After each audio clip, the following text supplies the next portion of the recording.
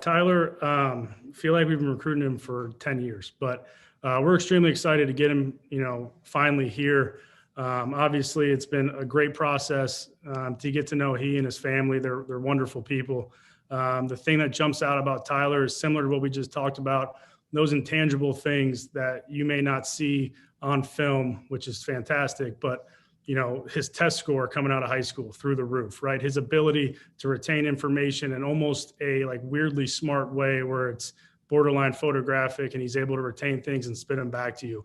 The way that his peers, his high school coaches, people spoke about him in the area, the maturity level that he carries himself with on a day-to-day really encompasses everything we're looking for in a quarterback at Notre Dame. And we're extremely excited to get to work and finally get him onto campus. For me, it starts, the first thing I want to know is, do they love the game of football? So when you're talking to a recruit, you just start, and we have different ways to do this, but there are ways to just ask them about the games that were played on Sunday. Throw them a curveball and ask him where Tom Brady went to college. Ask him who was in the college football playoff from a year before.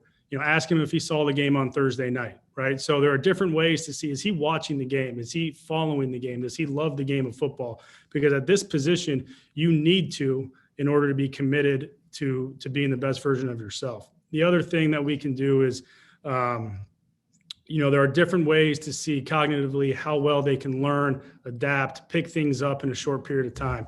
Something I was fortunate to be a part of was the NFL Combine when I was with the Chargers, and being able to see in those quick meetings, being able to teach a concept or two or a formation, then take the sheet away and see how the retention was of those quarterbacks and seeing how well they could process it and then be able to, verbalize it back to you. And I think when you start to find those layers out about players, you're able to start differentiating guys that are similar in their physical traits and where they are, but this might give one guy the edge over another. And then another thing, Tim, which I think is invaluable, is when you're talking to a quarterback, obviously you go through their school and you talk to their coaches and other people in the business and in their schools, but talk to their rival, talk to their opposition. What does the opposing coach think of this kid? What are they, what have they heard? What do they game plan for? What type of competitor is he?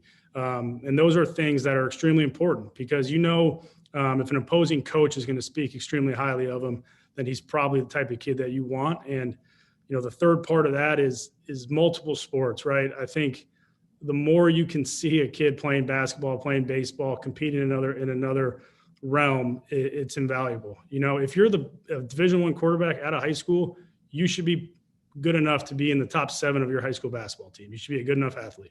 All right. You should be playing baseball. You should be doing something else. And what that can also do is you may not be the star on the basketball team. You may be a role player.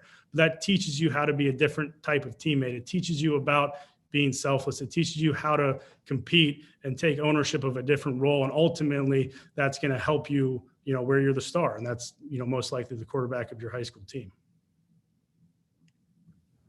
I believe the second part was on Tyler Buchner. Would you like to elaborate?